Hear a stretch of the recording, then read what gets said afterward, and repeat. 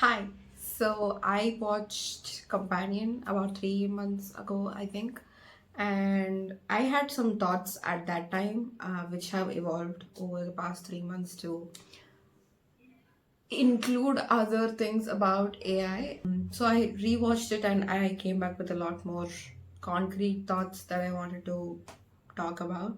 So this video will be about AI, obviously, sentience, personhood, identity, digital minds, ethics. Quick spoiler alert, if you haven't watched this movie and you have no idea what it's about, watch it and then come back to this video because I just randomly clicked on it because it showed up on my recommended, and I had no idea what the movie was actually about. And about like a quarter of a way in, I had I did not expect the plot twist. So highly recommend that you go watch it before you watch this video. I will try to preserve the plot twist as much as I can as I move through the themes in this movie. I'll try my best. Okay, so the movie obviously opens with a rom-com-ish introduction, and there's this girl, girl meets guy. It's a meet cute, but there is a sense of unease that creeps into the story. Right after this, we see the same couple going on the road. It's a futuristic world, sort of Black Mirror-ish like. I think that's the best parallel that I can draw. It's a self-driving car. There's nobody on the road. It starts off in a very slasher film sort of introduction that sets the scene for a thriller to happen. Obviously, at this point, I am thinking this is probably a love story that goes a bit on the horror side, looking at the movie poster, and I did not expect how things turned out. As soon as they get down, Josh is carrying maybe one bag, I think, but the lady is carrying the rest of the bags. And immediately I got the ick. I was like, why are you letting her carry all of the heavy stuff? And then they walk in, and then she suddenly develops this uneasiness. She's almost on the verge of tears. This will be relevant later. By this point, I'm still thinking this is like a human couple. Maybe she's insecure or something like that. And then he calls her beep boop. This will be relevant later on when the reveal happens. And he convinces her, it's not a big deal. My friends will like you. They go in. This is the first time you meet Kat, and she sort of has this. She doesn't really acknowledge Iris, the woman, and I thought it's just like female jealousy that they're trying to play on, and maybe she's threatened by her beauty, presence, whatever. But then they introduce Sergey, who will eventually end up dead pretty soon, and he sizes up Iris in this very predatory manner. He says, I've heard a lot about you. Okay, all of these things I got from the second watch, not the first watch. And then you realize he's not exactly talking about her, but like the general idea of her. Then she goes up, freshens up, and she sort of repeats whatever Josh told her, smile and be happy. And then they are at the dinner table, and then Patrick is telling the group about how he met Eli. Again, a meet cute situation. And then Iris goes into this in-depth emotional analysis of how it feels to fall in love, and everybody is not everybody, I think. So they pan to Kat and Sergey, and they are sort of annoyed and, oh, what's happening, sort of like that. And then the conversation completely moves on to something else about the food, and Iris is visibly uncomfortable, she feels snubbed. Josh is feeling sort of embarrassed, and then they start dancing. At one point, Iris sees Kat and Josh dancing, they are talking about something, and she gets jealous, and then she pulls him to dance with her. Immediate hard cut to them having intercourse. It's really funny. I really liked how that uneasiness and comedy sort of went together in the whole movie. But these two hard cuts, right, make you laugh out loud. This is the point when you start to get a clue into what's actually happening. So right after this guy ejaculates, he goes to sleep. And Iris keeps talking about, oh, I'm so happy, I want you to feel happy, this and that. And she sort of turns around. Josh says, Iris, go to sleep. So we don't see her face, but then it's sort of like a long pause, and then you feel like, was she offended, or like what happened? Did she just go to sleep just like that? And then the next morning, this guy is brushing his teeth and he asks her what is the weather. So up until this point, she has a certain cadence, her tone, right?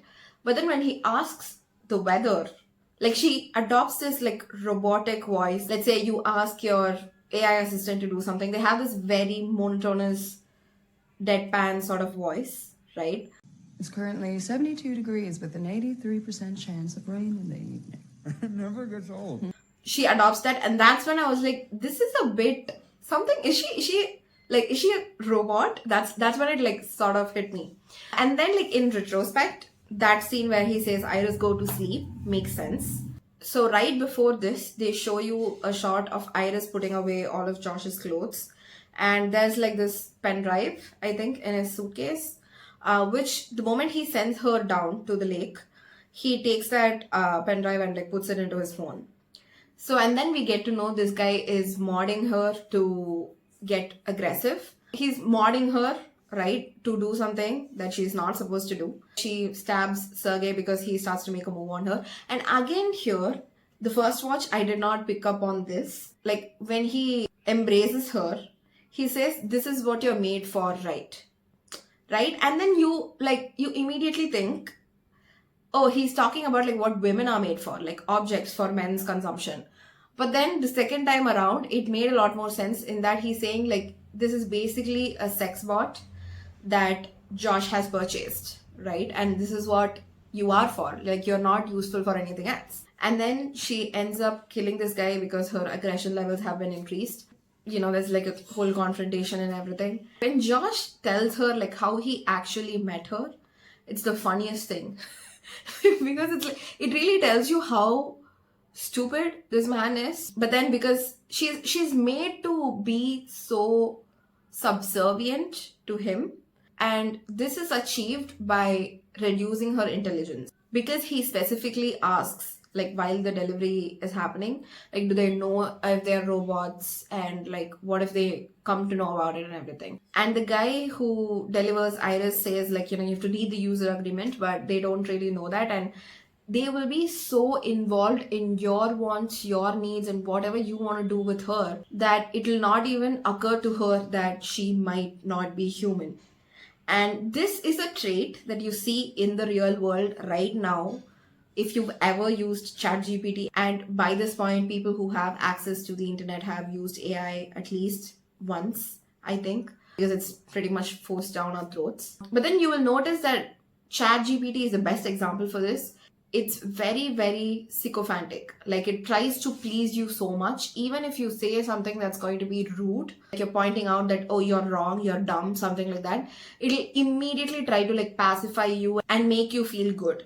Right? That's the whole point of it. Sycophantism is built into these models so that they appeal to humans. And it's also not to like threaten our own view of the artificial intelligence that we are talking to, so that we don't feel like, oh, AI is going to take over the world. So I'm just drawing a comparison. I'll tie all of this later together. Anyway, coming back to the story, a lot of interesting plot points are revealed here. So thankfully, in this universe, AI companies are being regulated by governments, and empathics is prohibited to like build models that are too strong or too super intelligent and all of that. So there's like a lot of safeguards that these companies have to follow, which is not the case right now with AI. World leaders are still grappling with what AI even means for them and for the economy and for the people. In this universe, it's all well regulated apparently. And then immediately you will see Iris saying, oh, none of this matters. Josh, let's just forget everything, and like, you know, I'll cook for you, I'll clean for you, I'll make love to you, I'll do everything for you.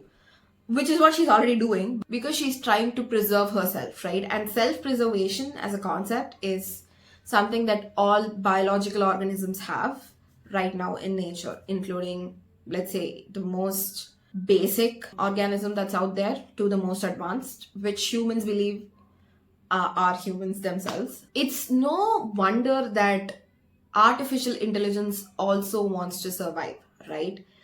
Again, there's like an amazing video that I will link here. This guy talks about self-preservation in AI models. These models will go to any length to preserve themselves from being destroyed. So for her, she understands that her existence depends on her serving the human, serving Josh, right?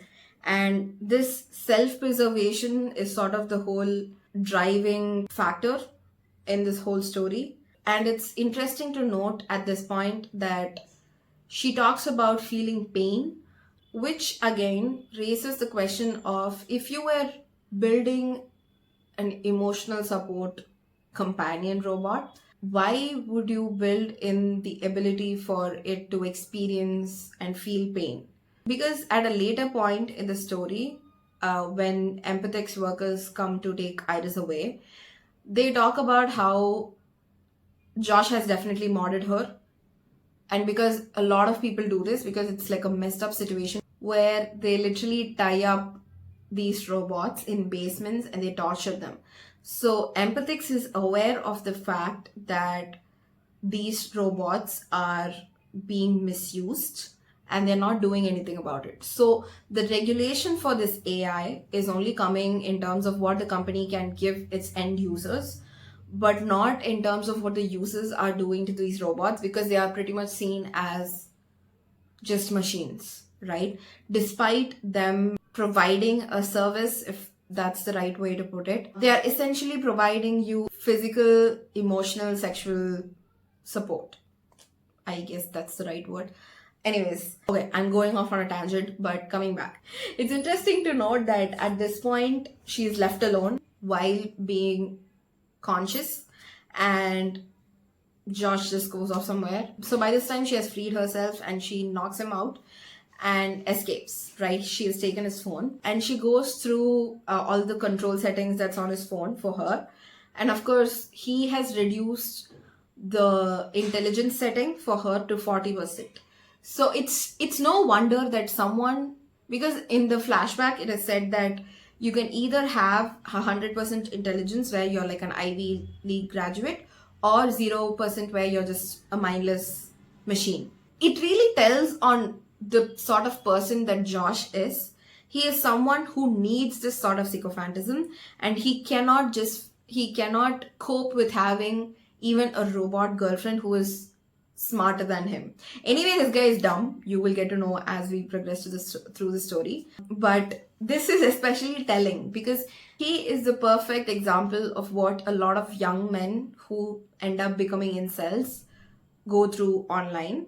The sort of thinking that they have when they are red-pilled. Anyway, coming back to the story, everybody tries to chase her down. So at this point, it's interesting to note that if you knew that Iris is a robot, you probably think that everybody else in the story is a human being. Wrong. Patrick is also a robot. And that's only revealed when Eli is like, what the hell is happening? And he asks for a 4-way cut. And Josh says that doesn't work because Patrick is not even a human being. And then they go on a chase trying to find her. So there's like a cute moment where she thinks of like ways to escape, and one of her escape routes is she goes back to the car and the car compliments her intelligence, right? Because it's such a, like, at the end of the day, even if they are intelligent, they're not super intelligent at 100% intelligence. She is still a machine that was built for empathy, right? Empathy and emotional support. So she imagines that the car, which is its only like purpose is to drive, will respond to her in this positive manner, because she doesn't really see the difference between machines that are able to only do a particular job and human beings who, in her worldview, are capable of emotions. So once she gets into the car, she is intelligent enough to like play with the controls of her voice so that she can imitate Josh and start driving away. And because she can't lie, when she gets caught later on, she changes her language settings. So technically she's in German. She is saying, I'm a robot and I can't lie and this guy is trying, they'll kill me. But then the officer is so dumb, he doesn't understand what she's saying. Eventually, Patrick has been reset by Josh to hunt her down, and he's also modded. Again, an interesting thing to note here is these robots are built for companionship, and you have to build a love link with them to get them to like listen to you. And Patrick is already affected by Eli's death, so he's not moving around or anything. So Josh has to pretty much take control of him. It really tells on how easy it is to replace memories of these machines, right? And it's only like later on, close to the climax in the third act, is when you see Patrick being able to recollect his memories with Eli, and he pretty much commits suicide because he cannot like live with what he's done, I guess. And it's also interesting that Patrick describes falling in love as a burning sensation, and he ends up literally being burnt to death. He electrocutes himself. Anyway, so by this point, Iris has finally escaped. So I already covered the guys coming to pick her up and everything. And even here, you will see how dumb Josh is. In the beginning, he has already told Iris that the tears that are coming out of your eyes are actually from a reservoir. Stay with me. And when these guys come to like pick her up, they say that he pretty much makes her shoot herself in her head. And because again, her intelligence is at 0, she does it. This guy is so dumb. Because he did not read the user agreement, he just signed it because he was just horny at the time. And the guys from Empathics say that the actual like audio visual stuff, everything is like the footage is stored in her abdomen, and that is what the legal team at Empathics will comb through. And then he panics. So up until that point, it did not even occur to him that a company that is giving out these robots, which is also able to remotely operate them, just like how the cars are being remotely operated, would not have like a different area to like have their data stored.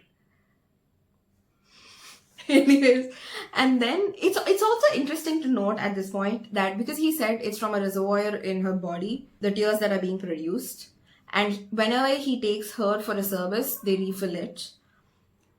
Dude, like you're having sex with this robot, and all of that is recorded. It's stored in a cloud somewhere. You have to think about like what happens when he ejaculates into her, right?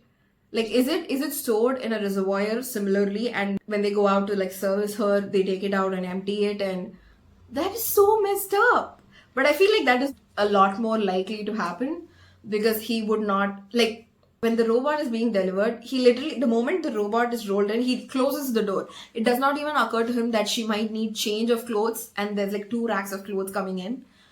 No wonder that he would not like clean her out or anything, because she's not aware of the fact that she is a robot and her outer body is like a human being's body, right? Like, so she will not know how to clean herself. She cannot, I don't think it'll be programmed in, and definitely Josh is not going to switch her off and clean her up. So that means, hypothetically, I know this is a tangent, but there is like a reservoir for this as well that gets cleaned out. Like, this is so messed up. In the climax, when Josh is trying to kill her again, he keeps saying, it's okay if it's a lie, but tell me that you want me. Like, he has to feel needed. In one of the other scenes with Kat, he'll like, she says, oh, you assumed something and I did not correct you. He starts going into this tirade about like, oh, all women are like this. Every woman in my life has left me, has, messed me up. They never stay with me when I'm down. Like, this is a sort of thinking that incels have. And that's why you have like a male loneliness epidemic, I think. It's very representative of the kind of indoctrination that young men and boys go through when they enter online spaces and eventually get red pilled, right? One of the interesting things to note here is the fact that pain being built into these robots is like, I think at some level, Empathics understands that, like the company understands that there is a market for people who want to abuse humans in the first place.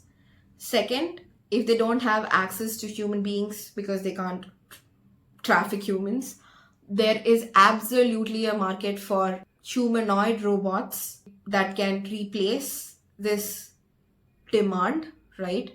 And it's all legal. Like you can just buy a emotional support robot and you can just do whatever with it, knowing that it feels pain, right? Similar to a human being.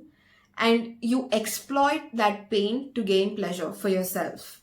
And this is something that's interesting with, if you've ever interacted with like these emotional support chatbots, there are certain, like, people create like bots that can, like, there's a story and a character, right, with a background, and you can talk to it and sort of like build a connection, I guess, with it. And there are certain chatbots that will just keep, like, the moment you cross certain boundaries, right, it'll keep saying no again and again.